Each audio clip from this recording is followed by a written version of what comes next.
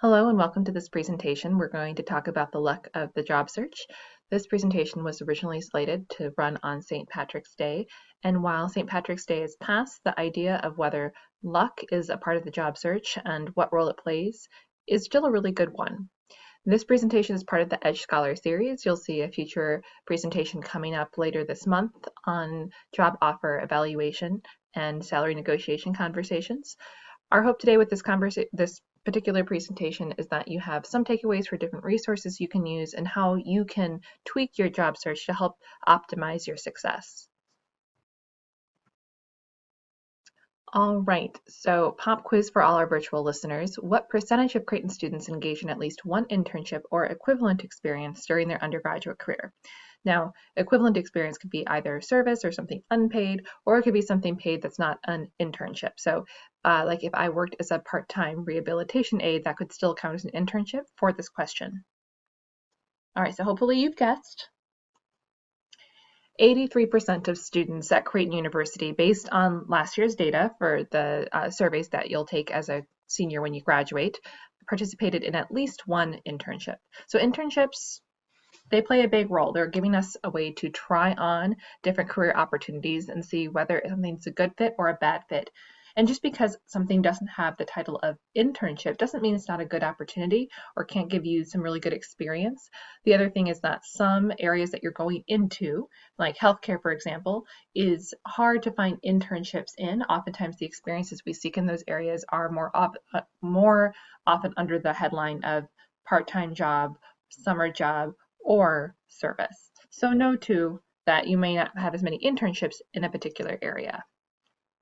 Now, when we think of graduating, we often think of it as a streamlined pipeline between getting our degree and then getting a job. But there's a lot more going on in the background. So the reality is that we're getting our degree, but we're also connecting with people. Hopefully we've done some networking. Doesn't mean we have to go to official networking events, but we've talked with professionals. If we're doing internships, if we're engaging in service, we're being communicative with those around us, and then also we have a little bit of luck on our hands too, and then that's going to help prepare us for the next step in our future, which might still be uncertain. So we could graduate and still not know exactly where we want to go, but whatever job we go into or program that we engage in is going to help prepare us for whatever the next step is. And instead of being confident in what that next job may look like, being open to possibilities and being adaptable are going to be really key traits to help us be successful. So this found this career path timeline, and I think it's really interesting. Of course, there are going to be some varieties in this list depending on the different student you are. But usually when we're freshmen, sophomores, we're engaging more in career exploration. We're doing perhaps personality assessments, and we're beginning job shadowing and informational interviewing.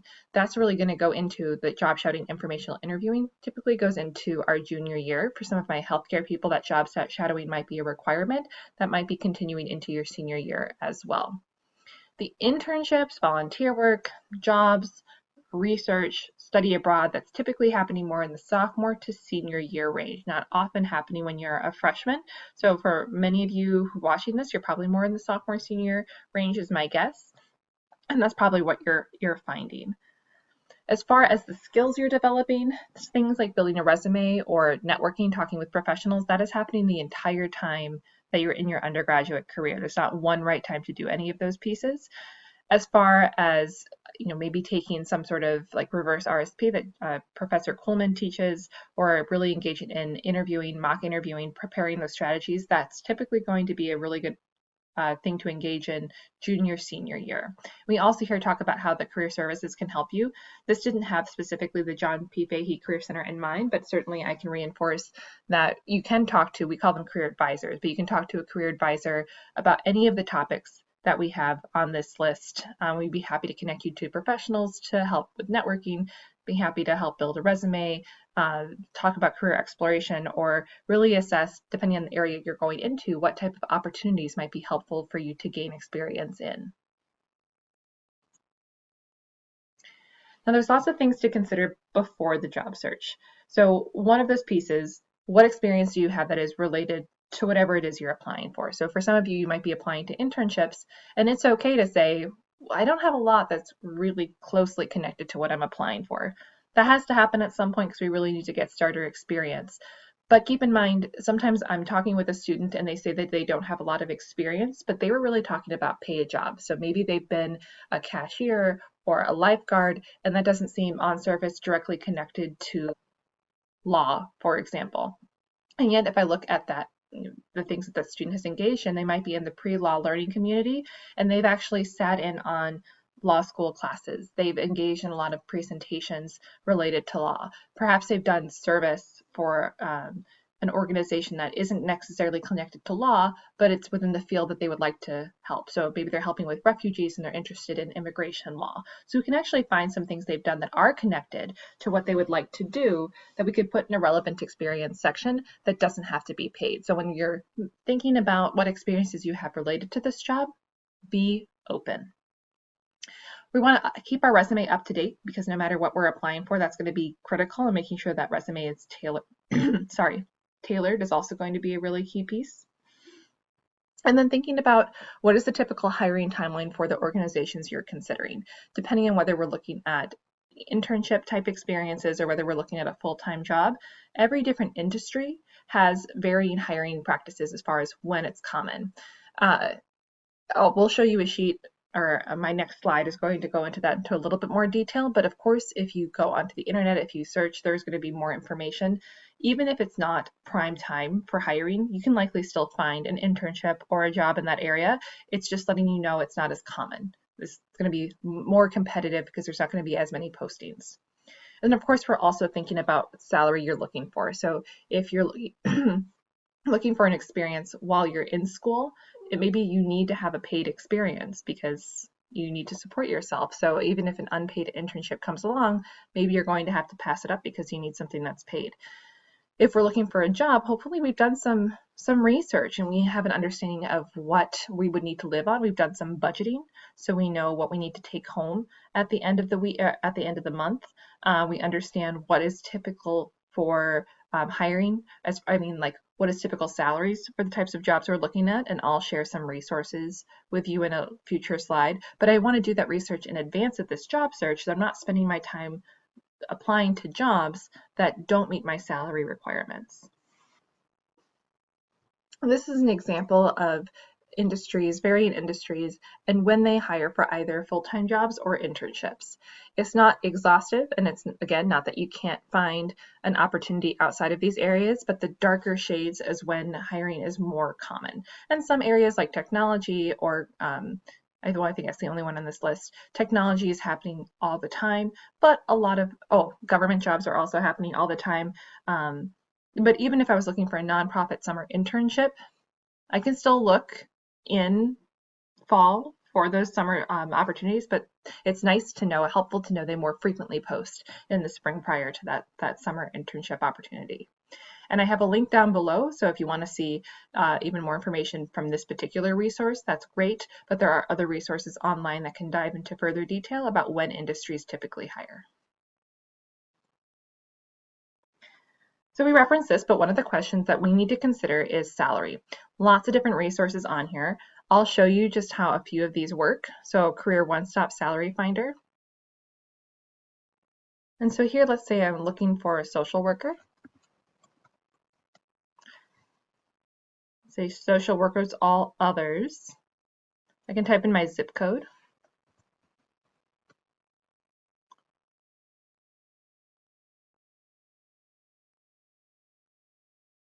And if I scroll down now, I can see a variety. It's showing me what the salary is for my particular area, and then also compared that to the United States. I would assume that the height would be based somewhat on experience, but then also education level. So if I have a BSW, I assume that I'm going to make the lower end of that range. If I have an MSW or higher, I imagine that I'm going to be increasing up that range. And then again, experience usually will help you get into the higher tiers. Let's look at one more so we can compare. So here we can discover salaries. Let's type in social worker again.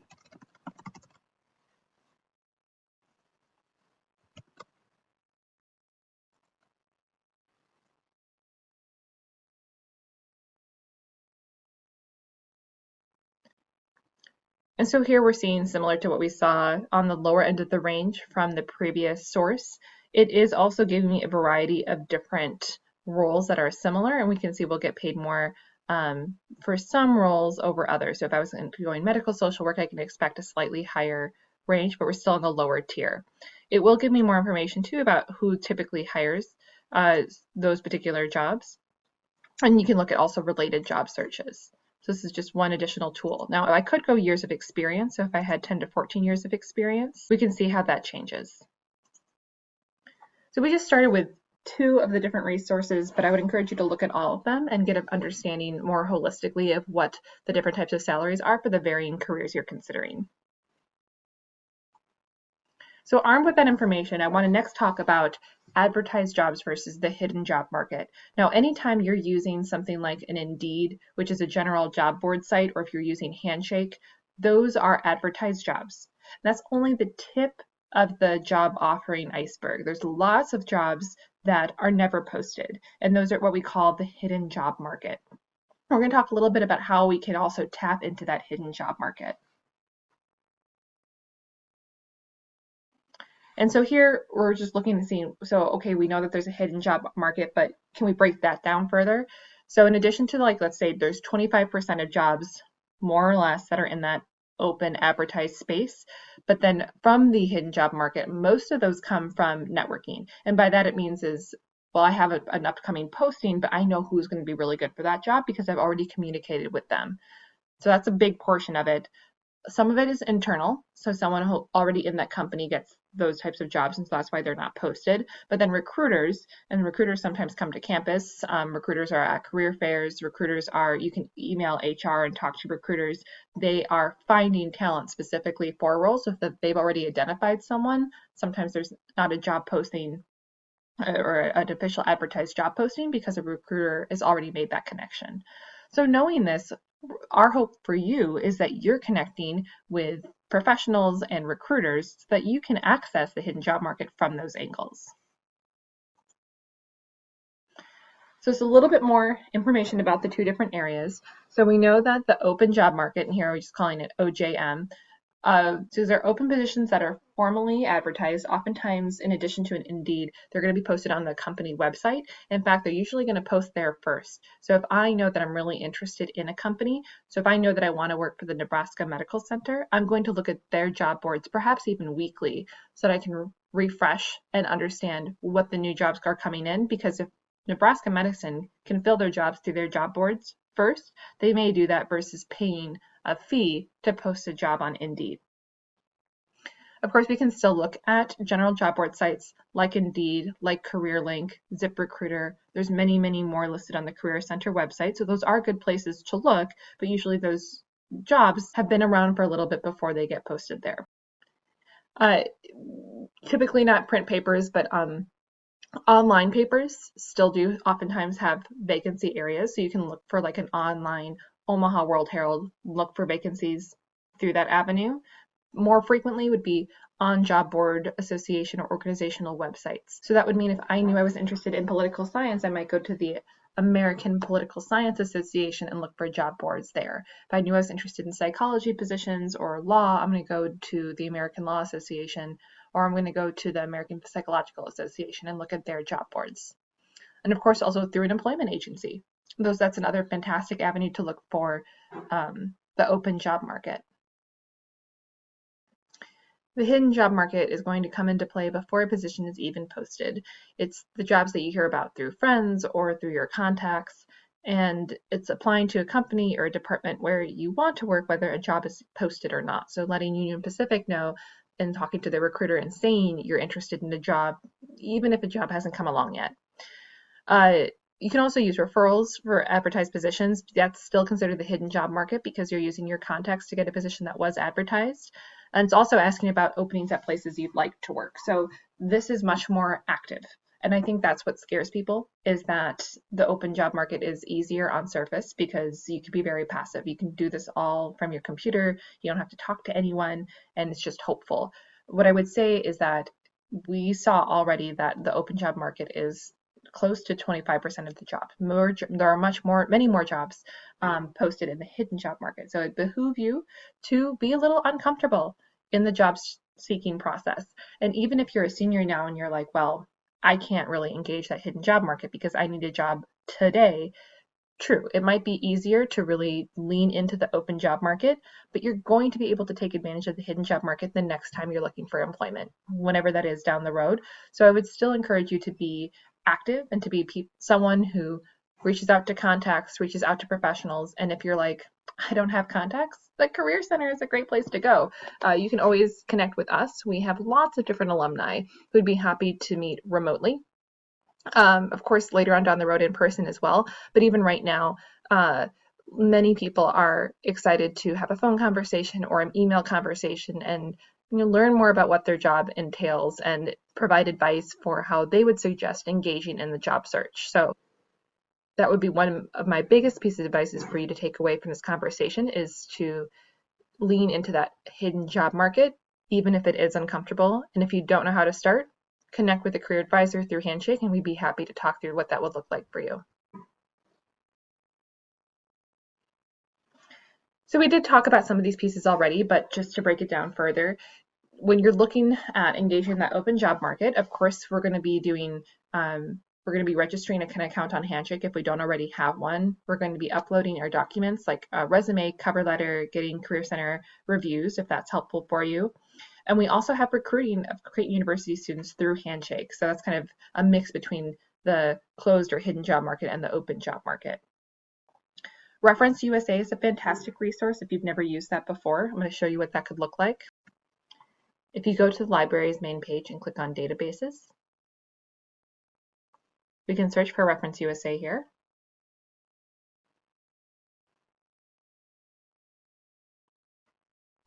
Here we are. We have to log in with our credentials. Once I'm on the Reference USA landing page, there are a couple different ways I can use this. I could look for USA jobs and internships if I wanted to.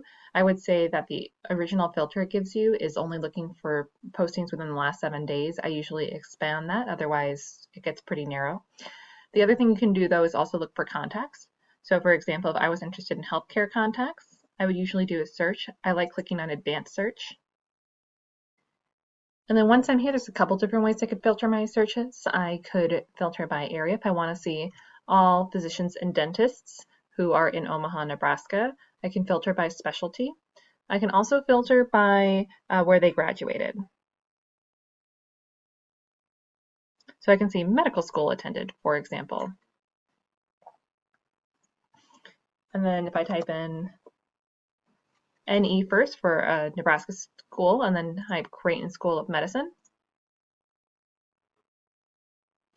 I can look for all of the Creighton Medical School alumni who are currently practicing. It'll give me information about their specialty and their contact information. I would say from this point, if I was using this for a shadowing purpose, if they're from a big hospital, likely you'd have to go through their own hospital website in order to shadow them. But if they're part of a smaller clinic, then it's usually more likely that you can reach out. But this can be just a really cool first step to trying to connect with someone. And I chose healthcare, but I could have used the US Businesses link and searched that way too to try to find professionals from other areas. Another really good resource for students to use is Going Global. That is from our website. I will show you where that is.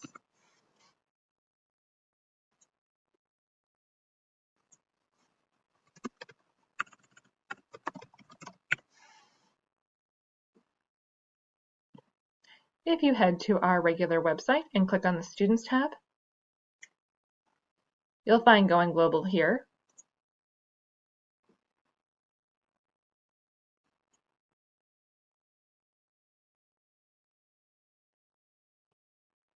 And you can look specifically for jobs and internships. If I was an international student, I can also look to see what types of organizations have hired H-1B visas in the past. But I can also go to career guides. So if I knew that I was interested in going to a different city, so let's say I'm interested in going to a different US city. Perhaps I'm interested in going to Austin, Texas.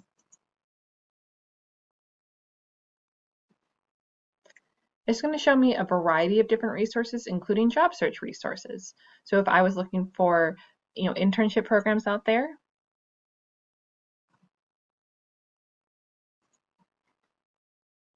it'll give me examples of different places I can go to look for internships in that area.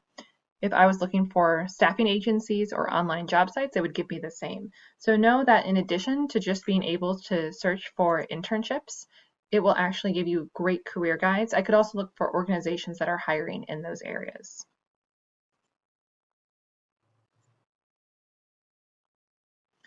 In addition to the open job market, the Career Center would be a great resource to help you connect with the hidden or closed market as well. So that could be connecting with alumni, that could be helping you individualize your search. So I've given you Reference USA and Going Global as examples today, but those aren't the only resources we have, just some of the more common ones, but we can make that more personalized depending on what you're looking for.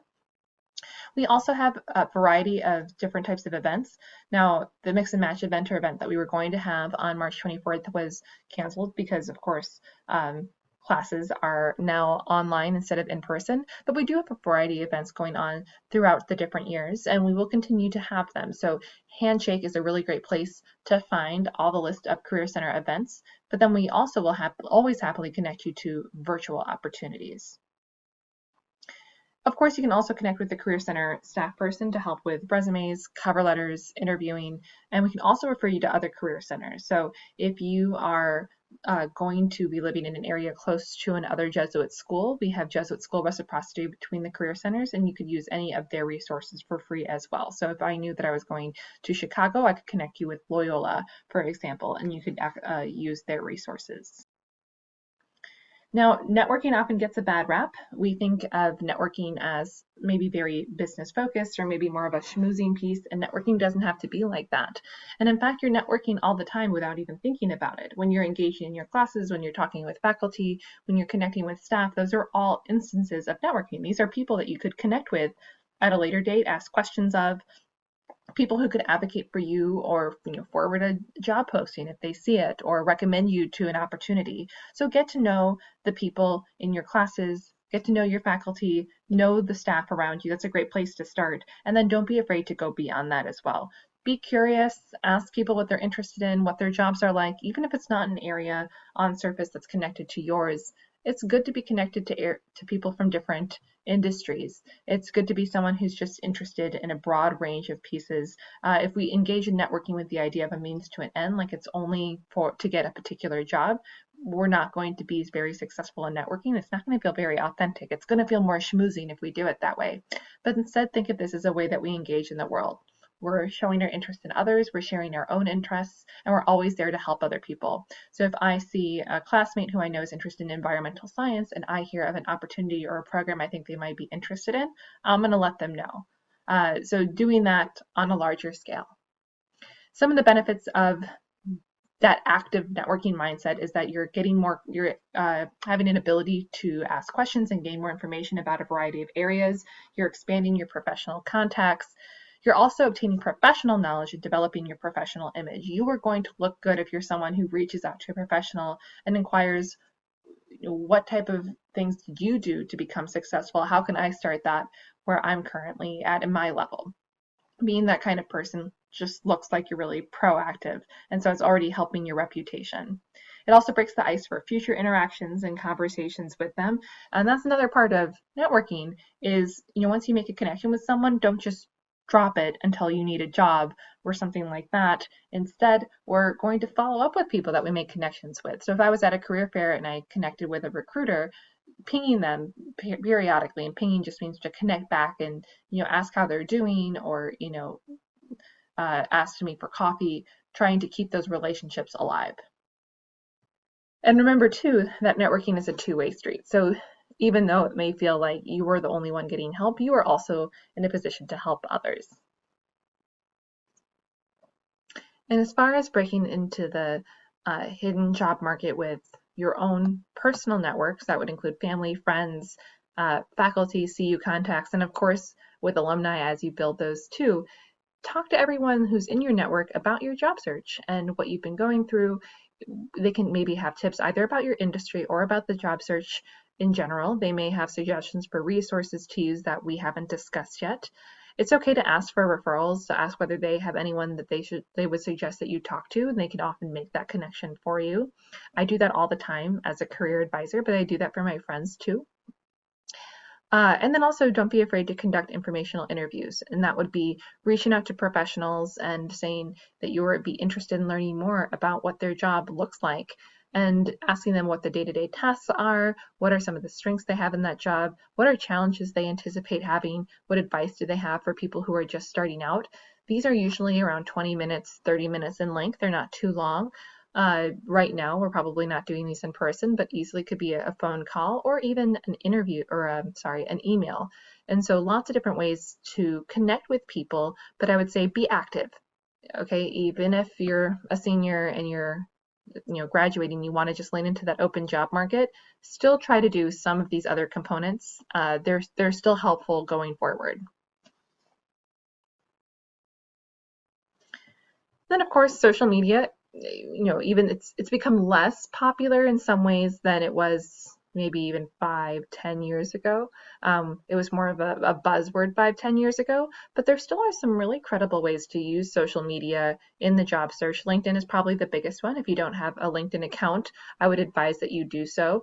Let me show you real quick. There's a really great way that you can use LinkedIn to look for alumni.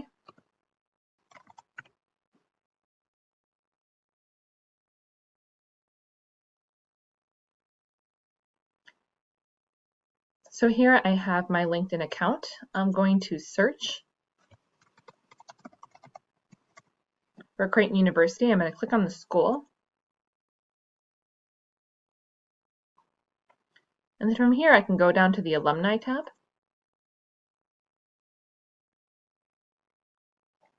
And I can actually see all the different Creighton alumni who have identified that they've attended Creighton University.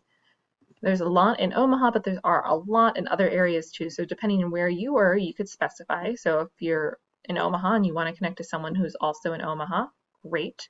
I can also see what they do. So if I know that I wanted to connect to someone who's in information technology, I could then scroll down and see who these people are. And if there's someone I want to connect with, of course I can connect with them on LinkedIn, but you could also send a list of potential alumni that you want to connect with to someone in the Career Center, and we can look and see if they have contact information in the alumni database, because that's free to share with fellow students. And so that way you could perhaps send an email or make a phone call to an alumni from this list. So LinkedIn, a really actually great tool for that reason, but of course also recruiters can see you on LinkedIn, so you can use it for other reasons beyond connecting with alumni.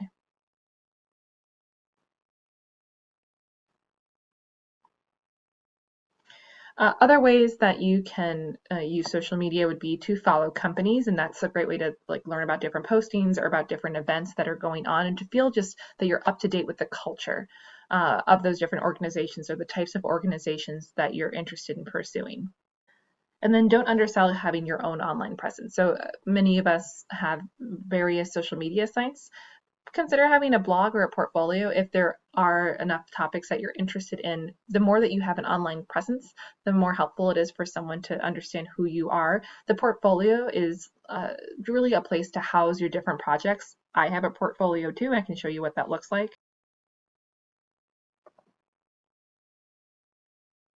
It's not an incredibly ornate site, but it does house a little bit about me. I do have a resume posted on the site too, so that if an employer was going to look and see, they could get a little bit of a deeper idea about what skills I bring to the table. And then I also house different projects, so different classes I teach, presentations I've given. I have information here that they could see, and I have links to either Excel documents, Word documents that support those different types of projects I've engaged in. And there are free portfolio websites like Wixsite, but then also Weebly would be another really good example, and there are others too. So if you are looking to create an online presence, I think that's a fantastic way to do it. You can include the URL in your resume if you do have a portfolio. If you're engaging in something that has an industry that has a lot of projects inherent in it, so if you're going into graphic design and you have a lot of projects, or going into journalism and you have to write a lot of pieces, etc., those probably lend themselves especially well to having a portfolio. But the other piece I would do is have someone Google you. What comes up? Is there anything that you need to hide or make private? Know what your social media presence looks like before you really engage in the job search, because it's important not to be a ghost. Like, you don't, it's odd for a company not to be able to find anything about you if you have zero social media presence anywhere. That can actually work against you, but you also don't want to have too much, or at least like the wrong type of information out there. Knowing that many of us are going to be using the open job market because it's an excellent place to start, it's also helpful to become more acquainted with keyword searches and how to use them to our advantage. We have a long list here and there's a lot of details, which of course you could pause this video and read everything in full. I also have a link on the bottom to a Balance article where I got a lot of these from, in which there are even more details for you to read into. I would say some of the big ones here that I would use if I was doing my own job search would be to start with the field or industry. So if I know that I'm interested in IT or marketing, I'm going to start there and see what happens. Even though I may have a job search title, of course I would like put that title in. If I have a desired title, if I know I want to be a marketing coordinator, I'll put that into the search entry area. And yet I'm not only going to put that, because a lot of different jobs will be called different things. So they use the example here that a marketing coordinator in one role could be a PR associate somewhere else. So I don't want to narrow my search too completely. So I'm going to try to be creative and see what different type people call different types of jobs. I think it was a really smart idea to have the industry specific tools included in your search. So if I know that I'm going to be using Python in this job, or I know that I'm going to be doing fundraising, then I want to use maybe those as keywords to bring in even more job titles that I hadn't thought of previously. Of course, job type can be helpful. So if I don't have a filter on that site to look for full-time or part-time or internships, putting that into the title can be helpful. I would also say duration is great. So if I'm looking at an internship for spring or for summer, or a job for summer, I'm going to often use those types of words into my search to help me. So summer internships, seasonal also could be a really nice search term if I'm looking at something that's not going to be as full term. The next step in the job search process is getting organized. I'd encourage you to identify a workspace, because looking for jobs is a job in and of itself. There's a lot of time that goes into it, a lot of energy and focus. The probability of getting a job from one application is around 8%. So it takes 10 to 15 applications typically to get an interview, and then takes another 10 to 15 interviews to get a job. Now, of course, that's just statistics, that's just the average, but I only say that to encourage you that it is going to take a while usually for you to find an opportunity. So if you're applying to 5 jobs and you haven't heard back yet, you have to apply to quite a bit more. So we know that we're probably going to be putting in a lot of time and energy into this search, and we're going to have a lot of different job applications going during this time. So we want to make sure that we have everything we need to fill out these job applications. Our resume looks good, our cover letter is strong, we're feeling confident. We've talked to references. Usually jobs require 3 to 5 references, 3 is more common. And so I have some supervisors, perhaps a faculty member, who could speak to my work ethic and who feel comfortable giving me a strong recommendation. I've already asked them, and I have their contact information they prefer ready as well. Great, and we've already talked about social networking, so the next thing is to create a system to track opportunities. And so that can look however you want it to look. It could be on paper, it could be in an Excel, it could be a program, whatever works for you. But really, this is just so that you know how many places you've applied for, what types of roles, who the contact person was, when you applied. So if I know that I applied to a job 2 weeks ago and the closing date was today, I know that I can give a call in the next few days and say, I haven't heard back and I understand the position closed this week. When can I expect to hear updates? Or I can know that I applied to a job 3 weeks ago that didn't have a closing date, and perhaps that's my indication of, hey, I understand that there isn't a closing date posted for this position and that perhaps it's still open, but I do want to reiterate my interest. If you have any questions about my application, please let me know. Keep in mind, most of the time things work smoothly with applications, but there are instances where your application could get lost, or it didn't come through the way that you expected it to. Maybe it came through as a blank page and no one told you. So it is wise to reach back to the HR of the company or the organization you applied at and make sure that everything is working well. And I have a link down below also to the balance of a variety of different ways to organize your job search. Here I just have a screenshot of one particular way you could do that. Final notes on this one is to be prepared that job search can take anywhere from 4 to 8 months, and that is somewhat dependent on the industry. We're in unknown times right now, and so it could be that some jobs are going to take longer to fill than others. Some jobs may have holds, but others are potentially open and trying to expedite that application process. So keep your eyes open, keep trying, and be prepared that it may take a while to find a job. Stretch your comfort zone, talk to professionals, reach out, be proactive, use both the posted jobs, but then also the hidden job market. Use social media and I would say the Career Center to your advantage. Set up job agents so that you get emails about different opportunities, and of course, just be proactive. And then you can give us a call. We do not have drop-ins. Well, when Creighton is closed for in-person classes, we will not have drop-ins, but when that ends, whether it be April 13th or after that, we will be open again for drop-in appointments. But at any time, you can call the Career Center. We are still answering that phone number. You can also email us at careercenter@creighton.edu, or you can schedule a virtual appointment with us on Handshake. Please let us know if you have any questions. Thank you for watching this video. Please keep an eye out for additional Edge Scholar series videos being posted in the future, and I hope that you are well.